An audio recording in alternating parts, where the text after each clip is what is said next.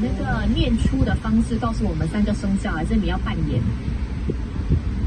念吧。念它。OK， 好的，来5秒钟的时间哦，准备好了吗？是整个生肖是吗？没有，3个就好了，3个就好了，你要念全部啊？你只有5秒哎。什么？他5秒这。各不同的生肖就好了，准备好了吗？5秒钟，计时开始。龙蛇马。All right， 龙蛇马。那你是属龙、属蛇还是属马的吗？我属马。难怪，所以明年就是你的本命年哎。是的。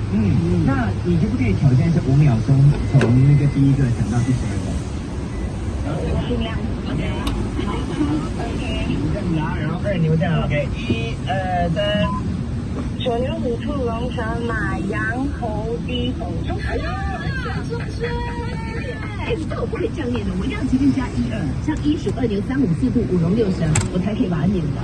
每个人背的方法不一样，OK， 而且这个会陪你一辈子，所以以前小时候记住之后就永远不会忘掉。好啦，今天闯关成功，你想听什么歌呢？你想？那个与我无关。与我无关，你说的一个吗